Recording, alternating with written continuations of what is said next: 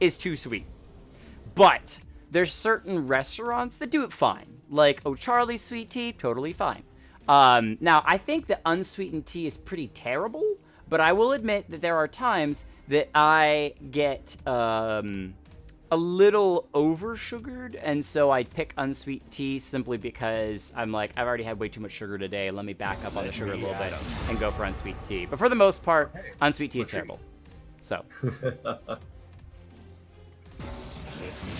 Hello, I am Curry King, and I am a tree. There you go. Well, do you have a webcam? I do. Do I need to turn on my camera? Yeah, you do. You certainly. It's hard for me to get your webcam if your webcam is off.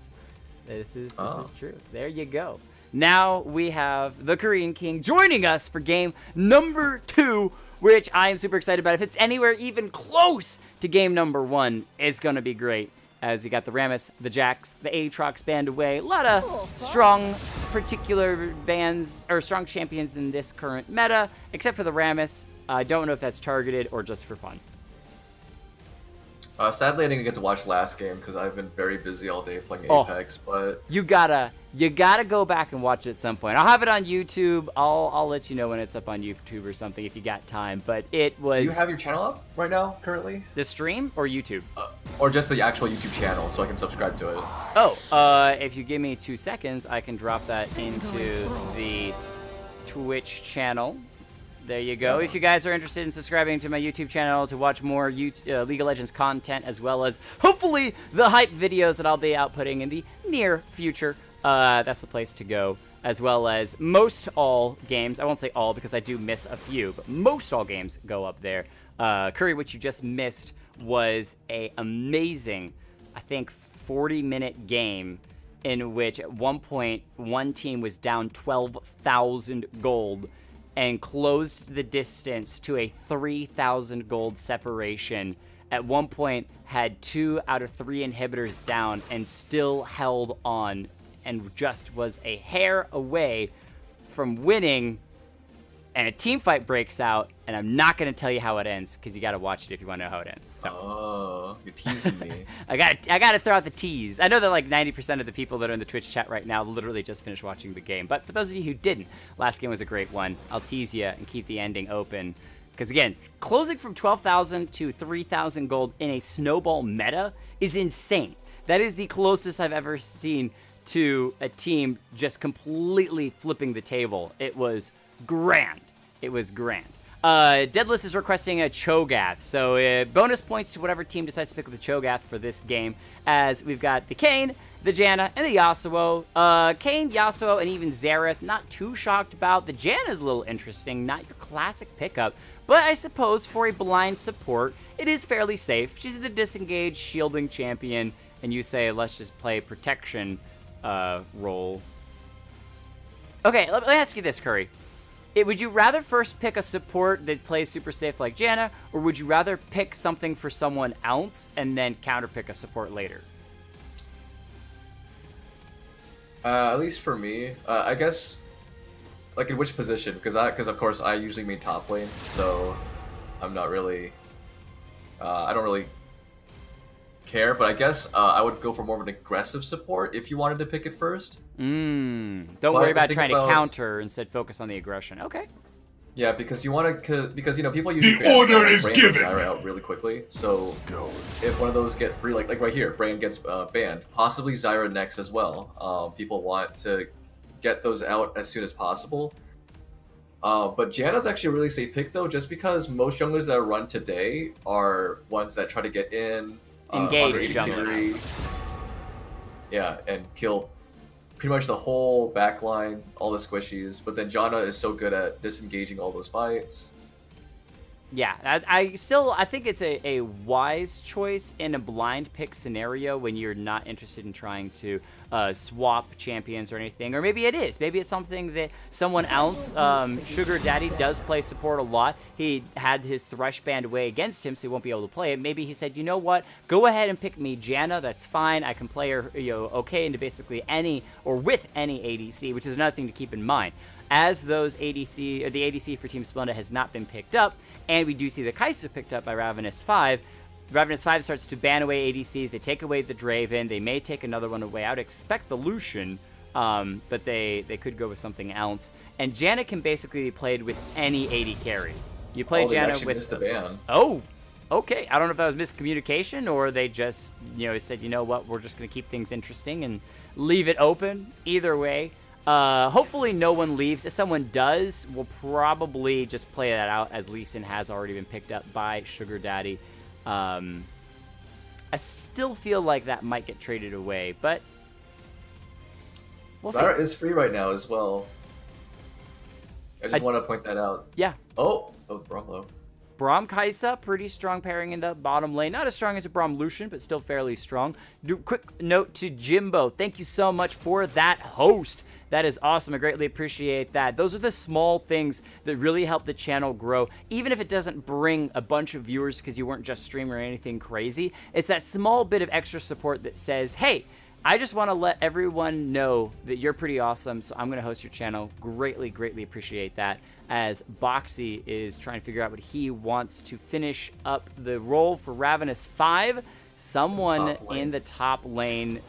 Oh, wait. Is that King top? No, I think that's still Graves solo top lane. He used to actually be a top laner way back in the day before he became a jungler with nice knockback on his auto attacks.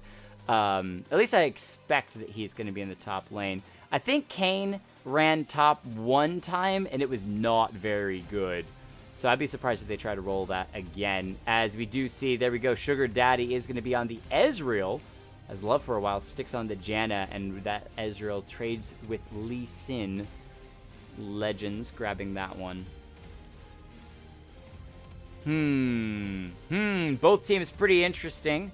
Looks like all the trades have gone through, so let's roll through the players and their champions. I'll roll through the side of Ravenous 5 if you would do the honor, Curry, of running through Splenda afterwards, and then we'll break down these team compositions for you all. For the side of Ravenous 5, we got Jake Dragon 717 on the Kayn in the jungle, Smartest with the Xerath in the mid lane, Pico, welcome to the stream, taking the Kaisa in the AD carry role, Pampor with the Braum in the supportive role, and Boxy on the Graves in the top lane. Alright, what was the name again from my side? Team Splenda. Alright, so for Team Splenda, we got Left for a While on support Janna, we got Heal It Up on the mid Yasuo, Pentakill Uchiha on the top Irelia. I could be wrong, those could actually be swapped. XLNC Sugar Daddy will be on Ezreal, and Legons will be on Lee Sin jungle.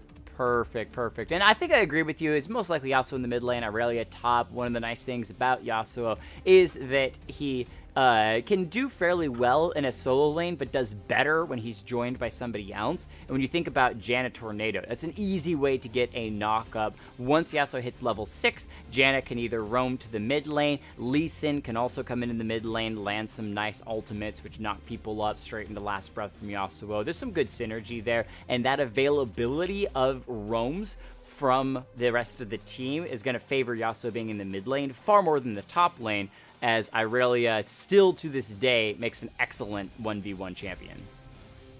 Now the thing about Irelia though is that as far as I know from the patch notes is that she can actually not do that much until she gets all 5 stacks of Fervor now, not 4.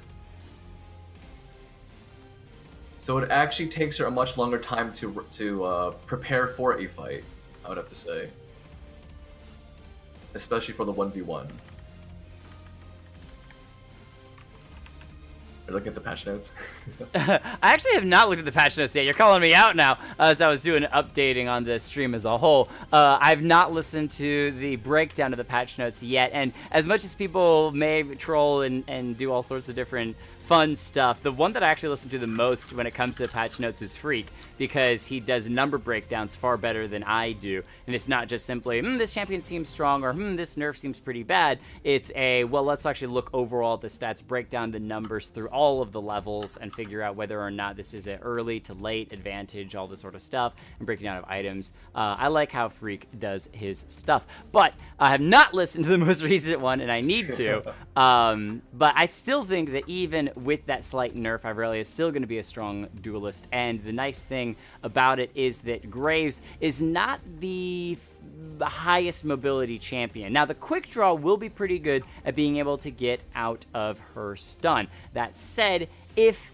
Pentakill Uchiha plans it well, there are definitely ways to line it up that makes it very hard for Graves to get out. Or you just simply hold it until after he's trying to predict quick draw, and then you drop it afterwards and still stun him up. The greatest thing Graves has is burst. If Irelia gets down to half health and Graves finds a great engage, he can burst her down. He's running Ignite for that extra damage, and he could try to just take the brute force extra damage on that top side and, shove Irelia down.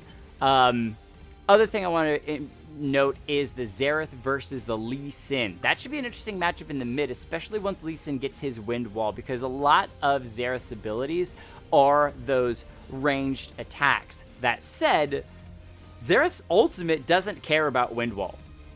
So it'll be pretty interesting to see how Smartest plays around that Wind Wall once he hits his ultimate, especially when it comes to the later stage fights. I actually haven't played League since the update. I didn't know that they changed the loading screen. They did. They made it a little bit fancy, and when you are a player loading into the game, you can actually get some extra information.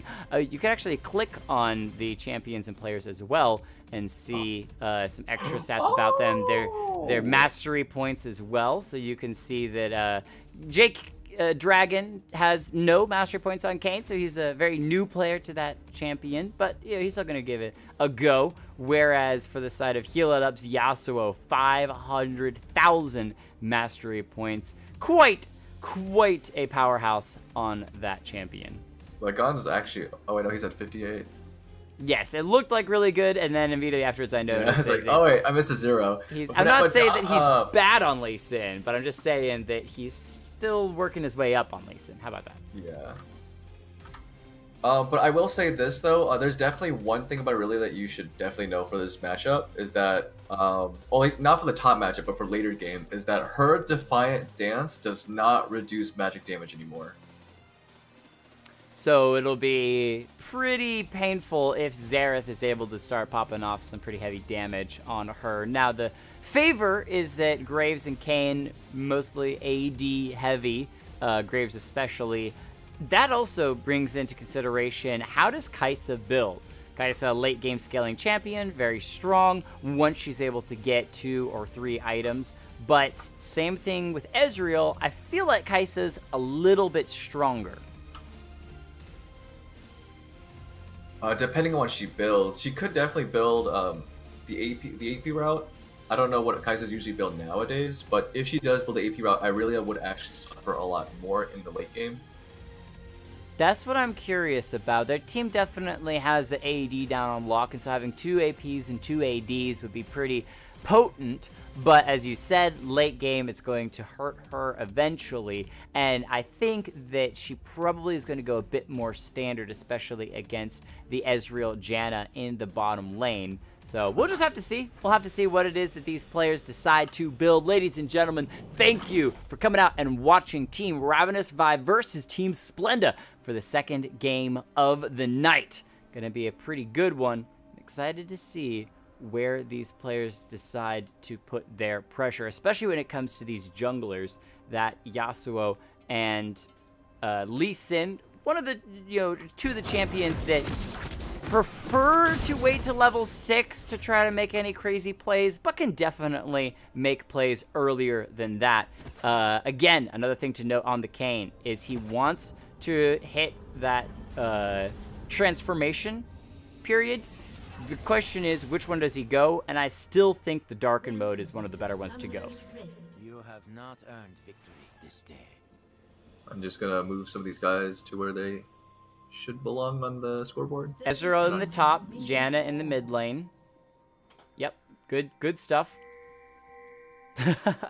Now I'm messing as I'm moving the champions around myself. Put them in the correct LCS order.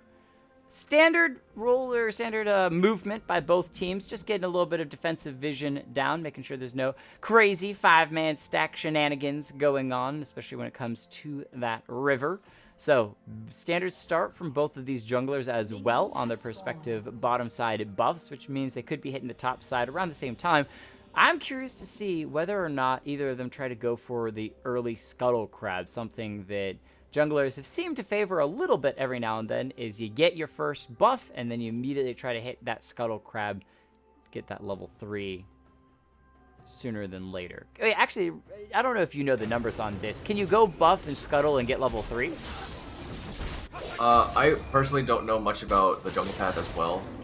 I'm mostly I'm a top player. I should care more about other lanes as well, but I think I don't think that you can hit level 3 off of Scuttle. I think you get close, but I don't think you hit it. We'll find out. Not this game though, because they're going to immediately go to other camps as we start to see that initial harassment coming out of all laners and all sides. A little bit of standard, typical stuff. What do you think about this mid lane Yasuo versus the Xerath? Who wins early? Who wins late? What do you got for me? Now, actually, it's kind of interesting because I did talk to Spartus about this a lot earlier, about this matchup. He does say that Xerath is actually a bit better in that, in more, like, I would say in the early game, because... Oh, wait, actually, Pentakill. This is the Boxy, full aggression. I don't think it actually kills Irelia, so she lives. Pentakill living on that top side, but Graves trying to leverage that early game power and just burst potential. The Ignite is down, though, and his Flash, which means there's a small possibility of Irelia, once she gets back to lane, trying to do the same thing back to Graves. So back on the mid lane thing, topic, though, with... Xerath and Yasuo. The thing about Yasuo is that he cannot win wall most of Xerath's abilities. It's only his stun that he can block. All the other abilities can pass his win wall. Oh. Leg into the mid lane, but he misses the Q. The Sonic Wave not going to land. Jake Dragon coming around in, but he is slowed down. The wind wall comes up, so the stun's not going to be available for the moment as Xerath, the level 3. Smarter's trying to do what damage he can with some couple auto attacks and a nice Q. Jake Dragon going in, but Lee Sin claimed first blood for the side of Splenda.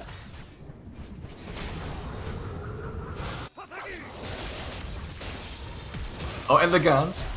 Smartest forced to flash away, but Legends is taking damage from the turret. He's got 2 shots. The third shot be able to finish him off. Smartest with a nice outplay and an excellent flash. The barrier doing such a good job keeping him alive. I usually underestimate the strength of barrier because I just feel like it's just a weaker heal, but definitely right there it does show its strengths in those really short 1v1 fights. Keeps you alive against that burst, and Lee Sin, I think it was so tragic. Oh, wait, hold on. Braum knocked up in the bottom lane, but he's still trying to step forward aggressively. The stun comes down onto the Janna, and a nice Unbreakable will stop a lot of the damage from the Ezreal. His exhaust comes down as well, but Pampor's taking a lot of damage with the harassment. The flash from Janna keeps her alive. She's got the turnier. It knocks up Braum mid-jump. Sugar Daddy picks up 1 kill. Pico having to back away, unable to try to finish off the Janna, who's so low. It started really well. I mean, when you saw the Braum come in, he definitely got all 4 stacks landed on both champions at bot lane. But the amount of damage they had was just not enough to keep the damage going. Jake Dragon coming back into the mid lane aggressively, but not going to find anything. The Kai'Sa really wants this Janna, but he's taking so much damage from the Ezreal. I think that Sugar Daddy can finish it up with the shortest flash in history as Lee Sin comes into the mid lane, finds Jake's Dragon, knocks him down. At this point, Legends doing so well. Picks up 2 quick early kills. And then, of course, we can't forget walking underneath that turret in the mid lane. Smartest still has blue and red buff, though. And Legends really does want it back. All right, trade of buffs complete. Sugar Daddy 2 or 3 procs and should be hit by the 4th one as well. Pampor just autos the Ezreal down in the bottom lane. What is happening in this game as Ravenous 5 claimed 2 kills, but against the 5 that Splenda has gotten so early on? Now we just saw right there, Irelia is taking a lot longer to get up to 5 stacks. Boxy actually not a really smart play. He's going in while Pentakill does have 5 stacks. Oh, but Pentakill's got ignited so much damage. Boxy's gonna live as well. No way. The Triumph or Conqueror comes through, keeping him alive on top of it all.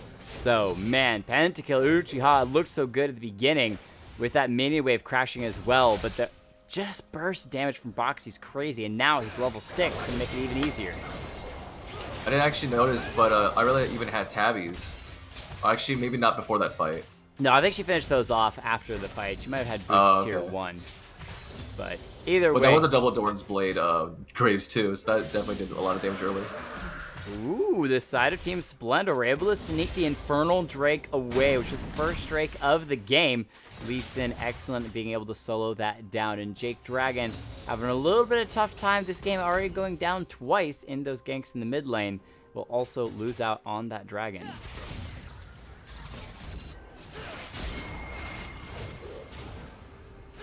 Smartest backing away in that mid lane as they don't have vision, I believe, on this Lee Sin coming around the side. So Legends could try to make yet another play. However, he doesn't need to. His heal it up is going to just be stepping forward aggressively. Finds the knock up onto the Kane and gets a solo kill with a nice last breath. He's going to dash in and get some damage on the Smartest too, but he can't dive underneath the turret until he finds the tornado. Knock up, the barrier comes through. He lives underneath the turret again. Smartest outplays his opponent with a beautiful barrier, and he's gotten himself 2 kills.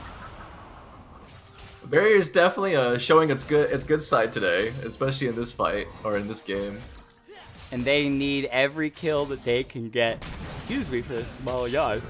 They need every kill that they can get because at this point the bottom lane for Ezreal is running away. He's down a little bit in CS, but he's 2 kills up. The Lee Sin 3 kills over this Kane. Topside, Irelia, despite going down already once, does actually have a farm lead as it's being evened up from that Graves. So as we get a little bit of a jungle 1v1, but keep in mind Lee Sin is level 6. Doesn't need to land the Sonic Wave. Kane just walks through a wall, and Lee says, okay, all right, I'll let you go. Oh, Heal comes through from Janna, the exhaust as well, onto the Braum. Pampor in trouble, the Ezreal comes through, it's plenty of damage, takes out Pampor, and now the Lee Sin gonna try to make a gank. Nice little insect kick onto the Kaisa. Gives Ezreal yet another kill, 4 and 1 at this point. Good play from Legends. Stun comes through on the box on the top side, but just trying to stop him. Wait, the ultimate's down.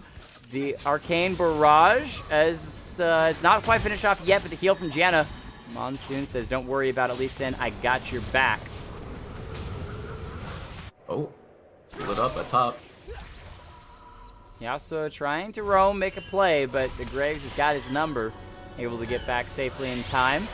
Just goes back to trying to find another opportunity to kill this Irelia. He's got Flash and Ignite back up, but Irelia is level 6 now, and that disarm... Wait, I forgot her ultimate. Vanguard's Edge no longer disarms either. Oof, Irelia did take a pretty decent nerf recently. She's still going to go in, find a nice stun onto Boxy, try to get into a little bit of initial damage. The Ignite has come down early. Vanguard's Edge will allow not a full reset, and that means Boxy gets out once more, keeping himself alive as the last breath comes down in the mid lane. The Flash from Smartest. He lives yet again. If he does survive this, I do want to talk about top lane. Ooh. No way! The Q lines up, the tornado lands. He will dash. Heal it up, can dash right through these minions, but a nice stun comes through. He throws up the wind wall, trying to get around the turret. He didn't actually do any damage to Xerath, so the entire time he was underneath the turret, he never took aggression. That allows him to get out, but still unable to find the kill on the Smartest. I do want to talk about top lane though, especially with the Graves. The fact that he went Conqueror, especially in that last fight, if you saw right when it procced, he did an insane amount of true damage onto Uchiha's Irelia. Yeah, I mean, it's just crazy. He's already got himself a BF sword as well. He's maybe going for a super early Infinity Edge. That would be pretty crazy, especially for a first item. Hasn't even finished his boots yet. Smartest knocked up. Ignite comes through. Legends able to find the kill as the Yasuo takes a turret shot, but still able to get out as Jake Dragon has to run. He's able to dodge away from the tornado from Yasuo, but still in trouble by the Lee Sin. Flashes underneath the turret. Legends just follows, doesn't care. This Lee Sin is everywhere in this mid lane. Jake Dragon did have ult for that fight. I'm kind of curious to see why he didn't use it. Well, he's got to get damage onto an enemy opponent to be able to use it, but yeah, I don't think he actually landed anything onto the Lee Sin, but even if he had, I still don't think it would have saved him, really, because Lee Sin would have just walked back into the jungle, waited for the Kane to jump out, and then would have hopped in as Lee Sin trying to make a play on this bottom side. Janus Tornado finds Pampor, who throws up the Unbreakable against the Lee Sin, absorbs the shockwave, and the turret shot actually takes out Janna, who's getting a little bit over aggressive, and the Kaisa uses the Killer Instinct to jump onto Sugar Daddy. They're going to be able to take the Ezreal down. Good damage from the Ezreal back onto the Kai'Sa means that Lee Sin can hop in. The flash used by Kai'Sa. She's so low. The red buff is burning away. She's able to live for her now. They're trying to find the stun onto the Lee Sin. He's able to walk away for now, but Glacial Fisher doing a really good job of holding it down. The Void Seeker won't be able to tag him up, though the stun still comes through. The rockets come out. No! Kai'Sa is so close, but can't quite find the kill unless another Void Seeker is able to find the kill, but the Xerath is able to snipe him out as Irelia wins a nice 1v1 on the top side against Boxy's Graves. Ooh, my Sugar Daddy's ult does kill Pekka at the end right there. Man, this Ezreal, that's 2 for 2 on his ultimates right now. He knows when to drop it to pick himself up a kill. Is Jake gonna run through a wall, but find himself stuck between Yasuo and the Janna, knocked up and heal it up. Picks his second kill up of the game, throws out a tornado, could be a little bit short, but the flash forward from Janet to get the exhaust onto the Xerath. He's knocked up by the tornado, trying to set up, heal it up. Once again, he finds his own tornado and gets a third kill, which means 3 members down here. They could go for this bottom lane turret, which only has a plate and a half left, and then turn potentially onto the Winddrake. They're going to leave the tower over to the Ezreal to get solo plate gold. I don't think is actually worth it, because everyone that's around it gets 160 gold. Yeah, Braum and Kai'Sa should actually get back in time to defend this turret. They could have had a free first turret on the bottom lane, and they back away. Interesting. Yeah, that was actually they're actually missing out on a ton of gold, because I do believe there's even more extra gold if you do destroy it before plating falls off.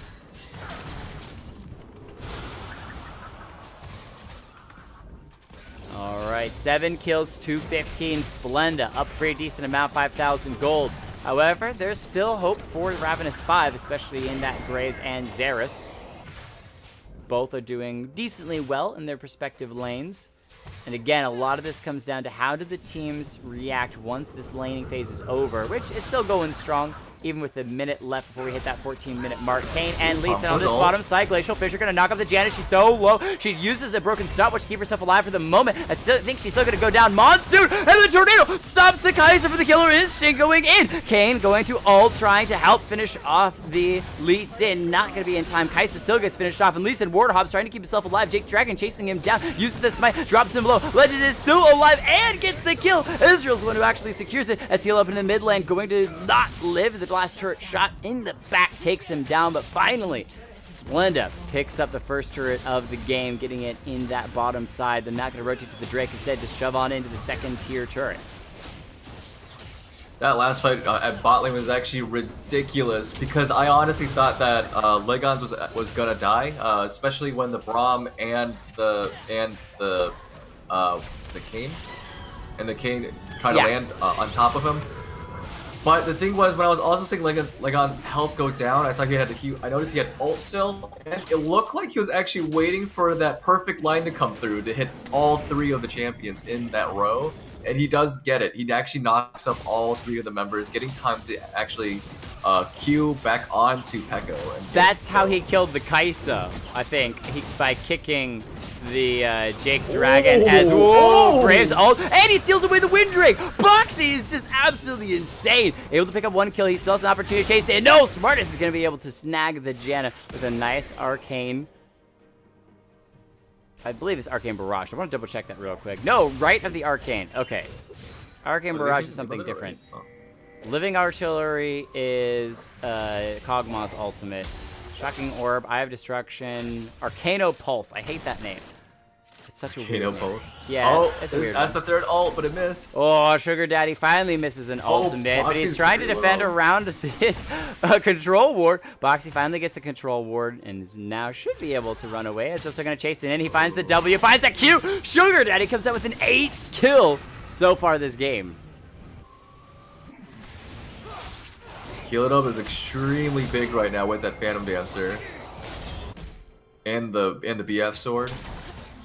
Like the trade of lanes as well, setting Pampor and Pico up into this top lane. They've had a struggle so far this game, both 1 and 4. Their stat lines are going to try to 2v1 on to Pentakill Uchiha. The Vanguard's edge comes out, setting Irelia up, which is going to be knocked up with a nice Glacial fissure, and that means that Aurelia not going to be able to do that much, drops down, but Legend says, I'm here to get revenge, slays Pico, and turns on to Pampora as well. Even with that extra auto attack coming through and stunning him, it might not be enough. Throws out this Sonic Wave. Resonating Strike, Lee Sin cleans up 2. A little bit of help from the Janna redemption. Yeah, sadly that Braum Shield only blocks the first part of that ability, not the second. And the effect still lands regardless, so Lee Sin able to dive on in. Also picks up a second kill or turret for Team Splenda on that top side, and now they're going to be pressuring into the mid lane, pushing down onto this first tier turret. It is fairly low underneath that half health. Mark Jake Dragon going to be knocked up straight into the last breath, straight into the Ezreal ultimate. Not necessary, but guarantees. Monsoon from Janna sets her up to get shot twice by Rite of the Arcane. However, the turret defense is able to hold just barely. This turret sitting at a nice dainty 39 health.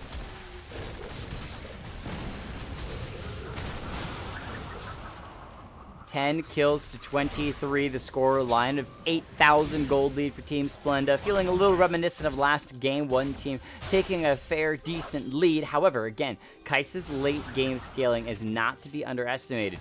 Interesting start though, she went with the Infinity Edge as the very first item.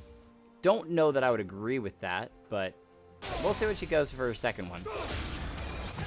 I mean, would Infinity Edge's, I guess, reform? Because now it's just back to what it was before. Oh, Lee Sin finds a nice kick onto the Xerath. He's going to flash, trying to get himself to safety underneath the turret. Oh, the Lee Sin's got plenty of damage, though, with the Sonic Wave, and can ward hop his way to safety as well. I don't think that that's what Kai'Sa wanted in the bottom lane, stealing away a Krug, but I guess it takes a little bit out of Irelia's hands, who's just continuing to free farm until Graves shows up, and to kill. Trying to turn it onto the Graves, wait for opportunity to stun Pico, can't find it, and is running it back towards the turret. What is this Irelia going to do to get out? Not much. Drops as Kai'Sa picks up her third of the game. Now Uchiha, even though was kind of placed out there, did try to focus on Peko though, and could possibly gotten Peko if she did land that stun, but it did not land. So all she could really do was just kind of walk back. Early potential cap out of the Xerath, who's got 2 needlessly large rods at the moment. He's also got that golden stopwatch, so keep that in mind next time that he's in danger's way. He could just stopwatch, but they still got a ways to come back. One of the things I think they need to do, as we've talked about in the last game, is it's time to start focusing a little bit on grouping, especially around these objectives. You need to be able to pool your resources together, and ooh, a nice dodge from Pico, as that Lee Sin probably would have tried to go in and solo this Kai'Sa out. Right now, King still doesn't even have his second form yet, so he can't really do either too much damage or any CC. It's gonna be really hard for team fights until he can actually get his second form. Yeah, I thought that he actually had his second form. He went to the Darken mode, but I may be wrong as the last breath comes through onto Graves. Oh my gosh. Heal it up. There's a reason why he's got 500,000 mastery points on this champion. Just barely tags the tornado. No fear. Goes straight in, but now Gromp stepping forward. Oh, nice. Unbreakable stops the wind tornado from the Janna. The Monsoon going to come through, though, keeping everybody safe to the side of Team Splenda as they back away from this mid-tier turret they've been sieging. Lee Sin is around the corner. Could potentially try to make a backline play on this Kai'Sa. There's no vision. Again, one of the things the Ravenous 5 has suffered a little bit from the tornado lands onto the Braum. Lee Sin's still awaiting his time to jump in. Aurelia off the corner as well. The pincer move secured. Oh man, the damage from Ezreal is insane. But another unbreakable from Braum stops the Arcane Barrage. Is that Ezreal's ultimate? No, True Shot Barrage. Man, I just can't get this right. Oh wait, Lee Sin catches out Braum, or Xerath. Sorry, I didn't even get to see it because I was already switching over trying to catch out what Ezreal's ultimate is. Yeah, Smartest just kind of walked into that bush without any wards. Definitely. Oh, the re-engage. The flash from Boxy keeps him alive. He's going to ult as well, dropping both members low until they get healed up by the Janna with those shields. As Pentakill picks up one. She's underneath the turret, taking a lot of damage. She's able to get the reset onto the Graves. However, Can't quite finish off another before going down the flash forward from Jenna, wanting to drop Jake's Dragon, who's being slowly dropped by the Ignite. However, he lives to fight another minute as Pico gets credit for the kill onto the Aurelia. That was a wonderful play by both Heal It Up and Uchiha, especially when they stacked their ults together, because you got that Yasuo tornado knocking everybody up, and then you had that Aurelia ult just shooting straight into everybody, and Aurelia just getting so many of those fervor stacks get built on.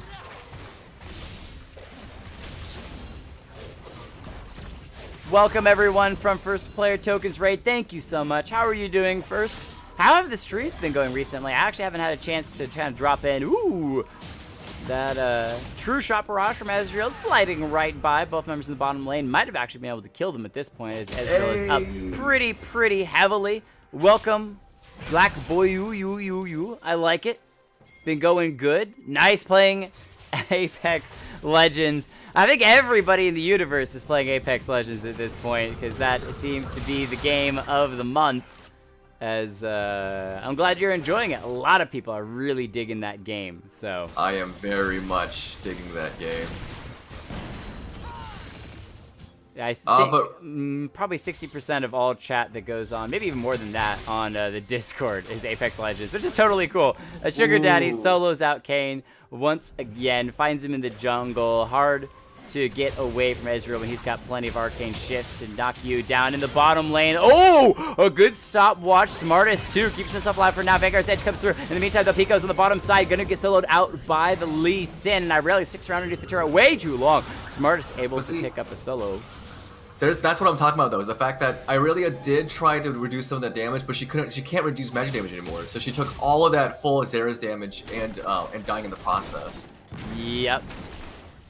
Just a bit too much for Aurelia to deal with, as Ezreal's going to find Box in his bottom side. I don't think Graves can fight his way out of this one, especially when he's held in place for forever by a nice last breath from Yasuo. Heal it up again, showing his strength on this champion, slowly carrying his team into victory, sitting in a nice 13,000 gold lead.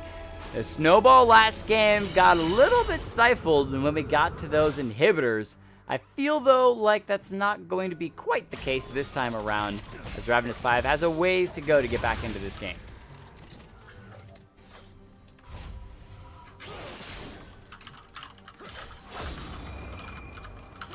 $13 kills to 32. Talking about these items, though, Graves still sitting on 1.5 items. The Kaisa has gone for a static shiv for her second item, so she's really leaning heavily into the AD route, as Xerath really kind of the one major carry for Ravenous 5 at this point. 6-6 is scoreline, finished 2 items, maybe going for that Zanya's next as he's starting to pick up some of those cloth armors. But they still have to deal with basically 2.5 to 3 items for all of Team Splenda. The good thing is Smartest does have enough power to clear waves, so in terms of sieging, it's going to be really hard for...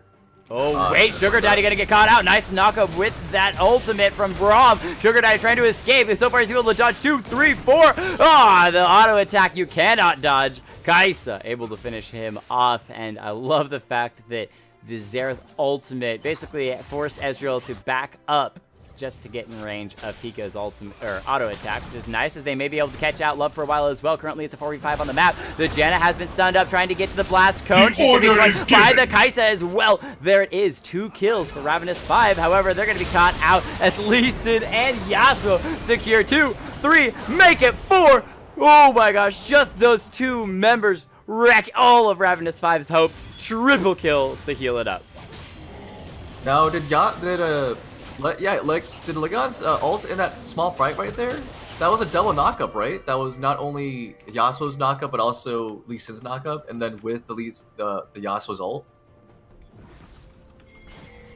Yeah, that was just absolutely insane. The combination of those two. I think it was the Yasuo tornado into last breath held people long enough for Lee Sin to come in and kick them, knocking them up a second time, holding them in place for basically it to be a 2v4 in which the side of Ravenous 5 had nothing, and now Splenda move on to the Baron uncontested, pick it up, and what is becoming quite the stomp for game number 2 tonight, as they should be able to move in and start to siege on these inhibitors for the side of Ravenous 5.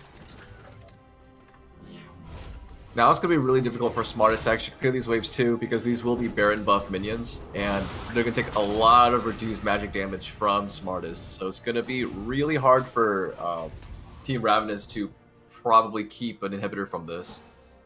By the way, thank you to Mind Tommy, who is told by Jimmy, apparently, to host the channel. Appreciate both of you, Jimmy for the telling, and Mind Tommy for the host. Welcome. This is XLNC Shoutcasting. We shoutcast League of Legends custom games Tuesdays and Thursdays that anyone can join in, as well as run tournaments every little bit of while. So if you're interested in any of that, feel free to drop a follow, stick around, hang out, and enjoy, as the action in this game is only going to continue to ramp up. Splenda doing well. They are going to back away, try to buy a couple more items before really starting the siege. However, going and picking up that second Mountain Drake for themselves means that a lot of the Baron has worn off. I think about half of it is down at this point. Not quite. About a third of it's down. So not going to have the longest of siege with it.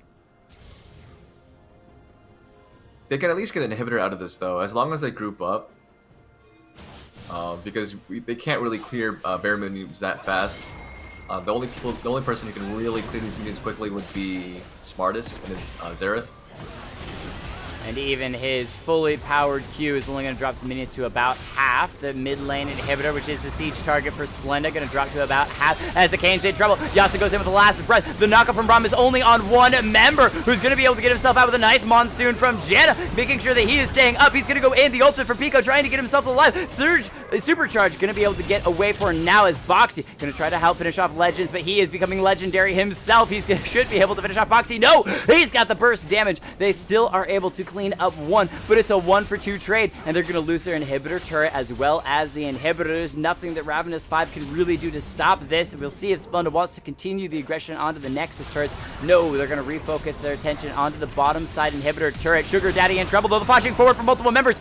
Kaisa trying to get what damage she can down. Sugar Daddy down to about half. Smartest continuing to poke from a distance. They are going to run Splenda out of the base. We'll see if they continue to chase it in as Boxy.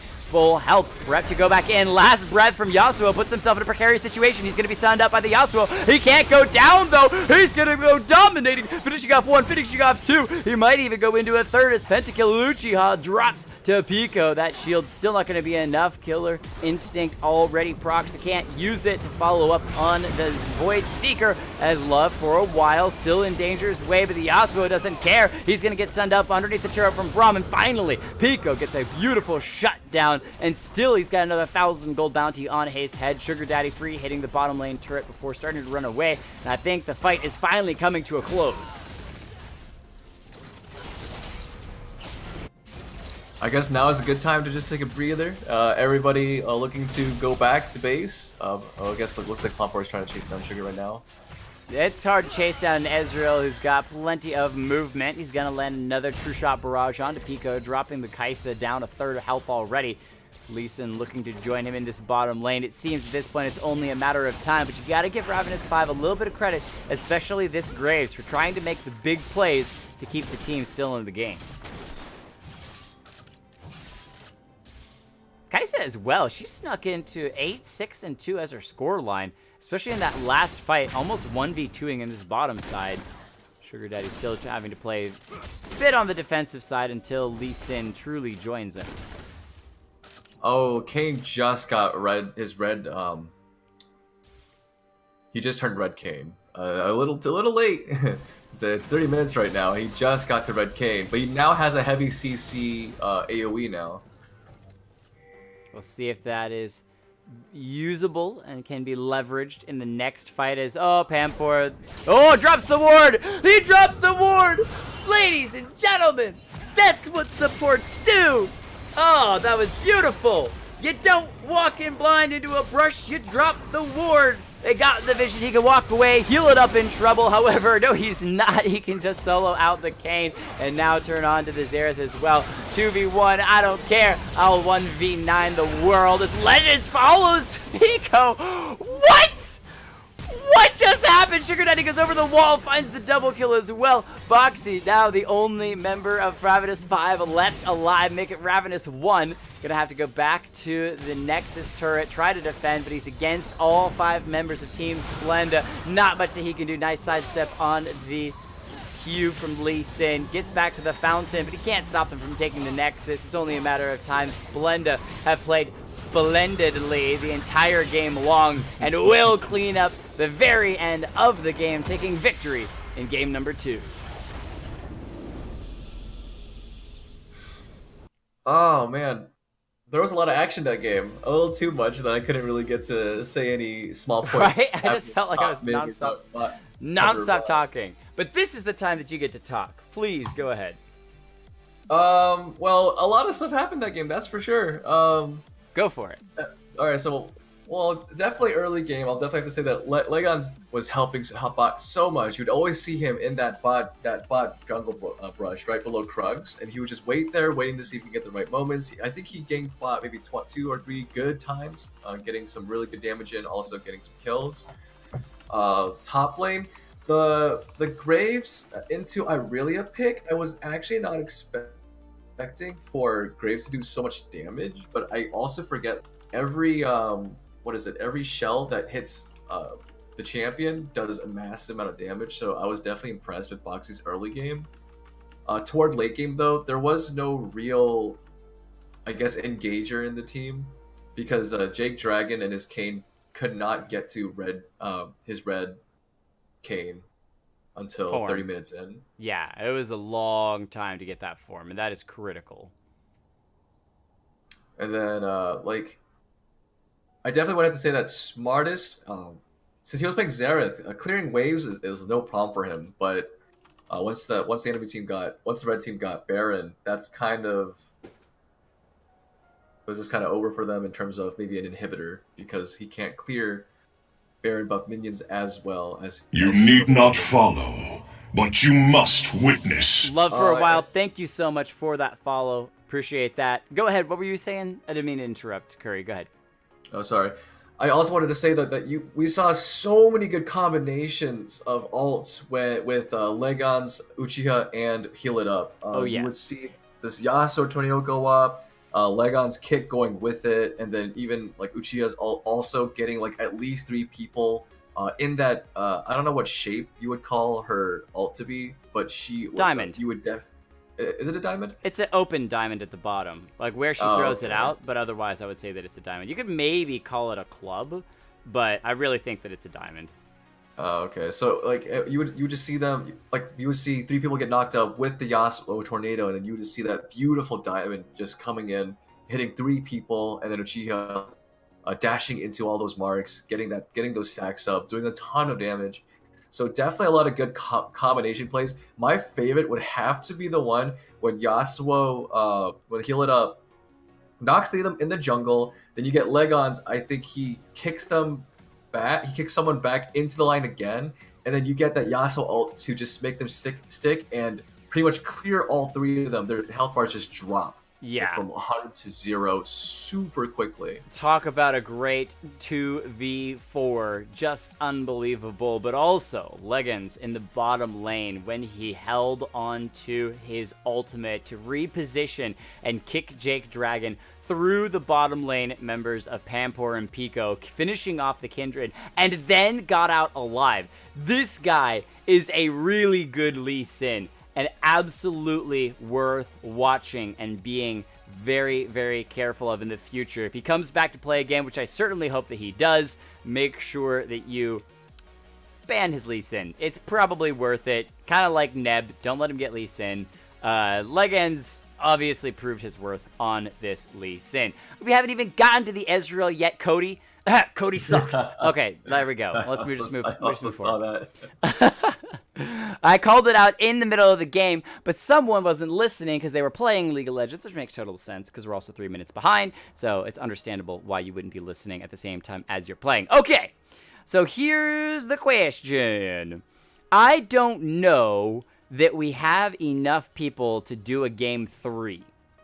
I don't know that we do.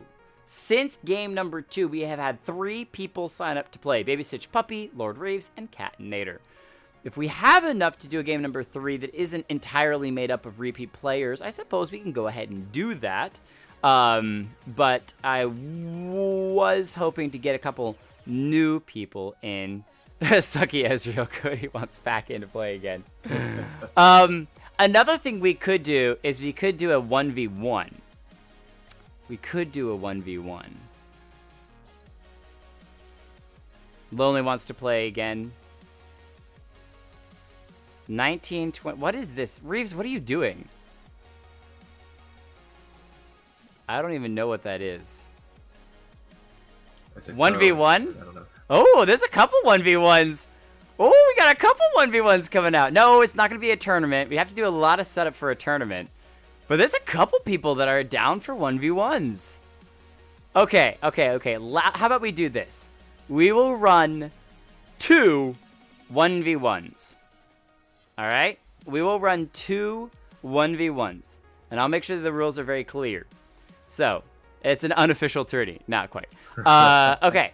So, the 3 people, if it's a 1v1, I will throw meme 1v1. Okay. Maybe we'll do 3. I don't know. We'll see. Baby, Stitch Puppy, and Lord Reeves. Pick someone to 1v1, since neither of you have played yet. Okay, so we are letting Baby Stitch Puppy and Lord Reeves pick their 1v1. Okay, Lord Reeves doesn't want to do a 1v1. Okay, Cat can do it.